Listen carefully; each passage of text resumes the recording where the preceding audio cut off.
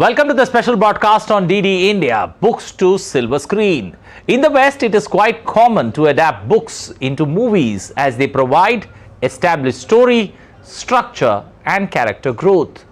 Taking a leaf out of the same book, Indian cinema has also used literary sources for inspiration, though our filmmakers have not been as prolific as the ones in the West.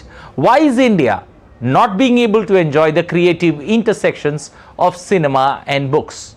Or has it succeeded in bridging the gap? Joining us on this special broadcast is Rahul Mittra. He's a self-made, first-generation award-winning filmmaker, actor, a former journalist. Rahul has been a game changer in Bollywood, being part of the movement that created the narrative of Indian cinema by getting the focus back on small-time stories as opposed to NRI-centric song and drama pot boilers, churning out fresh stories and novel marketing ideas. Mitra's impressive filmography includes the Sahib Bibi or Gangster trilogy. His recent cameo in Imtiaz Ali's film Chamkila on OTT has been highly appreciated for his real-life portrayal of a Punjab police cop. Welcome to the program. Thank you very much. Rahul, when one takes a look at the West using books as inspiration for making cinema, do you somewhere feel India has not been that prolific, that outgoing when it comes to taking books, using them into classics where the characters can be evolved much further? I feel that the biggest book, for instance, or the biggest screenplay from the adaptation point of view, I think is Mahabharata and Ramayana. That's very much in our own country. So their books and this whole thing of writing and writing par excellence, I think has been part of India for very, very long time. But I think somewhere down the line, original writing definitely missed out. I mean, Alam Ara, for instance, 1928. I'm sure people know, but it was from an adapted from a Parsi play. True. So a lot of adaptations have happened, whether from books or whatever. But definitely, I think in the writing department, West has been ahead of us for sure. 1950s, I thought Pathar Panchali and Aparajitwa, they were brilliant adaptations. Also, Guide. Also, quite a few. I'm sure if we come down to Devdas, another Devdas, So we have it in us. We have done it, but of course there are a couple of points which I'll definitely share with you. Whatever comes to my mind. But West is ahead of us, and that's probably the reason for OTT to grow. Okay. At a very exponential rate. Because that's where it has come from, the long format. Okay, Rahul, in this present day context, in that post-COVID world that we are, do you somewhere feel even big filmmakers are somewhere tempted, to look at OTT as a bigger, audience drawer? Some big releases from big filmmakers, they have opted the OTT way. Do you see that as a safe route, or do you see it's too much of cost and too less of recovery? See. Personally, if you ask me, I've had a wonderful experience with OTT.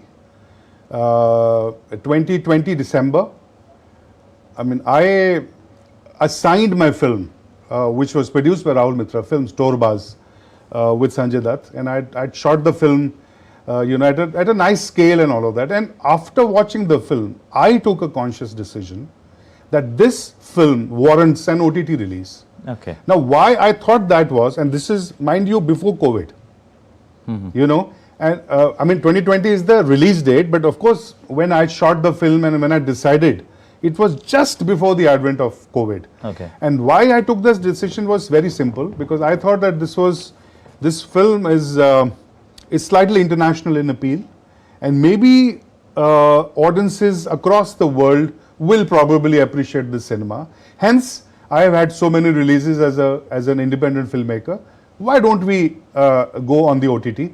And I'm very happy to share I got a nice price for that as well. So I have absolutely no reason to complain. But yes, you are right when you say that now filmmakers have this choice that let's make a film, and if we are getting a set amount, let's get safe. this primarily happened largely due to COVID, and after that, it took a time for audiences to come back. But if you compare between OTT and cinema, of course, there's a long debate on that and for another day probably. But I think both are going to coexist and thrive. That's what I feel. Nobody can replace each other. And I see OTT bringing in a lot of healthy competition. We guys have suddenly stood up and said, oh, wow, okay.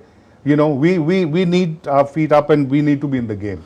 Rahul, do you somewhere feel that, an OTT platform, all the big ones, they work on a tight script, a hardbound script as compared to Hindi cinema, where, things are much more fluid in at the filmmaking stage, at the shooting stage, and then it comes to the post-production. Do you somewhere feel that's a big difference and that's a big, wide chasm that needs to be filled, especially by Indian cinema, and all, now even regional filmmakers have started picking on OTT and putting, series together?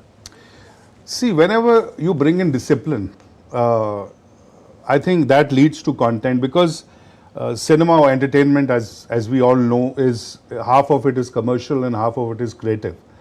And marrying content with box office success is something which everybody, all of us strive to do that. But you're absolutely right. I think writing is the core, because once you develop your characters' arcs and your story and the whole narrative is fleshed out properly, after that it's much simpler for everybody else, because cinema comprises of so many different departments and so many crafts, and they all come in play. But get your writing in order. But this change has definitely happened.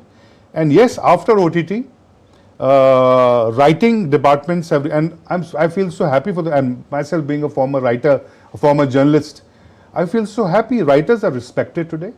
Writers are getting much better monies that they used to get earlier, and I think that's a welcome change.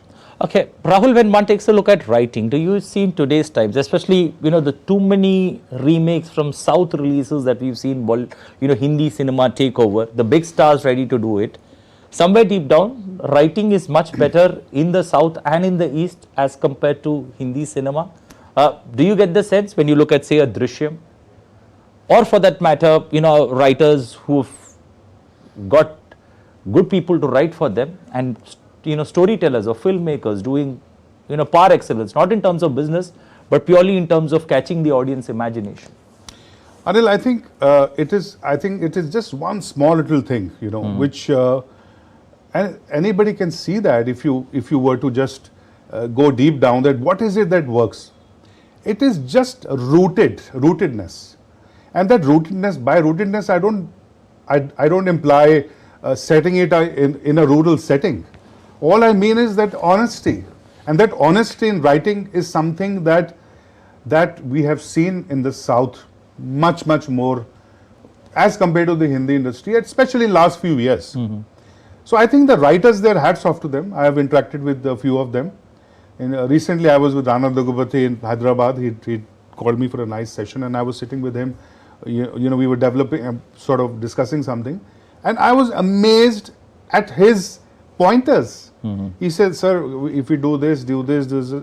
So suddenly, all those pointers led to that content. So I think what I'm trying to say is that there's sensibility of what works or what will click with the audiences is there. And that is the reason, because they look at things from very small details in writing. That emotive factor is very high in the writing.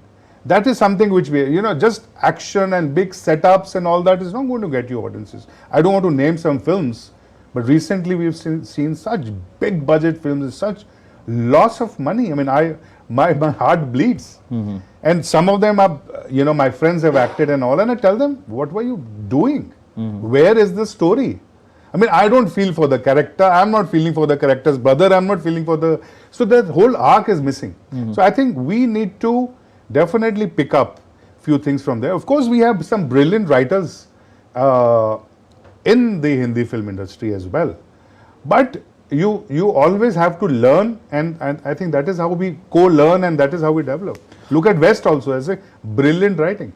Okay, Rahul, is it got to do with the success that maybe a Rajamouli achieved with Bahubali? and other movies that followed that got Oscar recognition, that the focus is now very much on the South. Everybody believes that South is where good writing, good cinema comes from. See, I think I have seen this kind of trend for quite a long time now, and that's precisely why I entered the industry as well. See, when I entered, I'm just going a little back, but coming to your point, right now everybody's talking about South. After Animal, what has happened? Everybody's talking about Punjab. True. There's series happening. I mean, I just did a small role in Chamkila. For heaven's sake, I've been offered 5-6 series. They're wanting me to play a Sikh. And so what I'm saying is that it's not Punjab has worked or South has worked. It's just good writing that has worked. It's the rootedness that has worked. Okay. When I entered with my first film, Sabb, or Gangster, why I wanted to become a filmmaker in the first place, because my kind of cinema, when I say my kind of cinema, the small town stories were missing at that time. Shah Rukh Khan was a big star that time. Well, he again is now back, almost there, back in the race. But that time, undisputed hero was, superstar was Shah Rukh Khan. But what was happening, Anil, that most of the films were catering largely to the NRI audience. And that's where I would, every second, third big budget film that I would watch to go in the cinemas, I thought, I come from Chandigarh, a small town. And I said, what about these small town stories? They're missing. That is the reason. That small town story could be Chandigarh, or Lucknow, or wherever. But I wanted those stories, and that's the reason I came. So what I'm saying is that if you simplify the writing and you bring in honesty, the audience is going to love it for sure. Okay. Rahul, is that the reason why you took, cinema out from the, metros to places, your movies? You had a character that was built maybe from Bullet Raja or Revolver Rani. Your characters were from small town. Was that a deliberate effort, where you build your characters from small places and tell stories that view around the character and the cities that they come from? I think that has to do a lot with my childhood, with my bringing up, etc. My late father, bureaucrat father, used to take us to the cinema hall to watch all those big films, Ma and Dharamveer, and I was a little kid that time. So the magic of cinema. So for me, it was those characters that lingered on. So, but when I would watch some of the films at that time, and even today, I see a lot of plots happening and subplots and a lot of plotting happening. What about the character?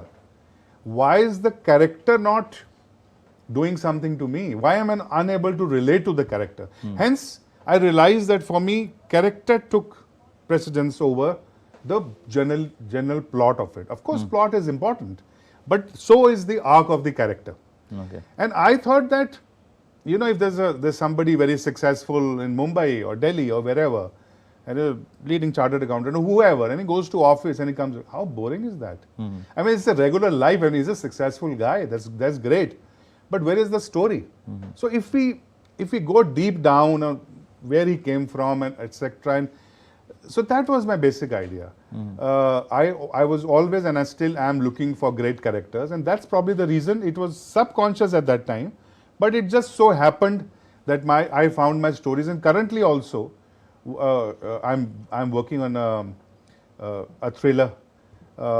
Unfortunately, I can't dwell much on it, but it's a big thriller that I'm developing for OTT. And again, it talks about my characters are these two guys from small town and what they do and what happens. Rahul, you started the series on Sabb, Ghulam and Gangster. We saw 3 versions of it. Do you feel they were released in the wrong time? Today's times, you've got a Drishyam 2 that clicks, a Drishyam 3 that's been awaited, where production, post-production, both happening simultaneously and releasing simultaneously. So do you feel that Saib, Bibi and Ghulam series, are we awaiting a 4th? And secondly, did they come a bit too early? See, Anil, number one, I think when the first part came, everybody at that time was, I think it was disruptive. And what it did to all of us, not only me, the director, all the actors, I think we all sort of started doing pretty okay after that because it was a statement. And I am very fortunate, and I say this with a whole lot of humility, that I was part of this movement which tried to change the narrative of Indian cinema at that time. Okay. So I have absolutely, I'm very proud of that film. Part 2 did very well as well. Part 3 did not do very well in the cinemas. We lacked in the writing, to be very honest. And well, that's, you know, I don't want to get into blame game, etc. But it did not do that well from the theatre point of view. But of course, on the internet, it's with Z5, and you know, I did a nice deal, and it's doing well. But now, Sabb Gangster is more relevant, like you said, and you rightly said that. And as we're sitting and talking here, I have quite a few offers for rehashing it, for coming up with a series on OTT, and I'm not rushing into it because, of course, I own the IPR. But I'm going to take my time and see. But there is definitely, in the present times, but it has to be rehashed. You know, probably said somewhere else. And I would say now is the time for an adaptation of Sabb Gangster. Like Sabb Gangster, the original, my first part, was loosely adapted on Sabb Ghulam. True. The iconic film. The iconic film. And it was just that we transposed the time, Anil. The idea was that if today there is Sahib and today there is Bibi, she's not going to be sitting quietly crying. She's going to use her mind as a weapon. She can even use her body as a weapon. And that was my idea that time of changing, because cinema changes according to the time and the cultural context. And that's what I tried to do. And like you rightly said, times are changing and we need to evolve. And Sabb Gangster, in terms of series and all, I've started thinking on those lines. Let's see, hopefully, should set it up soon. You've had a close association with Sanjay Dutt. Anything particular that caught your fancy, or the friendship that you developed with him? Right from the start, even to the last film that you did, you know, you mentioned Turbas. You've always cast Sanjay as, you know, in a prominent role. And I think the last time we saw Sanjay in a prominent role was in Turbas. Well, Sanjay is a very, very dear friend of mine. We're fairly close. We're very close. Make it a point to be in touch all the time. I think when I met him first, this was when he came out of jail. Sometime after that, and when I obviously always liked him, but when I met him, I think the first thing that struck me was that this guy's got kind eyes. He's got eyes that emote. So that was the first thing, and I think that stayed back. In Torbas, if you see, there's a lot of play that he does with his eyes, and because the film was like that as well. So, well, that's to talk about one particular thing that I like about him. But otherwise, he's a great guy. I'm so happy for him because he's overcome some real, health troubles, including the recent lung cancer that he survived. So he's a warrior, he's a fighter, and we're very close. In fact, we keep on doing a lot of endorsements. We keep on doing, and hopefully, I think we should probably do something very soon together in terms of either a feature film or a series. Rahul, would it be right to say that, you know, Rahul Mittra, in a simple sentence or in a single sentence, is somebody who creates, you know, compelling content and see to it that it gets success at the box office? Anil, well, both the things that you mentioned is not only for me but for any filmmaker, anybody associated with the creative industry. I think that's a dream for them. But like I said, I don't worry too much about the overcome. First, I focus on the content and what it's going to do. Does it move me? Is there a one-liner there? Is there some appeal there? And yes, I try my best to work very hard with the writers. Compelling, it has to compel me, and definitely it has to compel the audiences. It has to, you call it like from the book's point of view, the page turner is very important, or cliffhanger, or whatever. There are various terminologies, but unless there are hooks, people say. But what I'm saying is that the content has to do something to you, and that's probably the reason I take my time. Right now, what I'm developing, I'm working with some of the finest writers. Bhavani Iyer is writing a series for me. Unfortunately, I can't reveal what I'm doing right now, but Bhavani's just did this wonderful film with Vicky Kaushal, Manik Shah.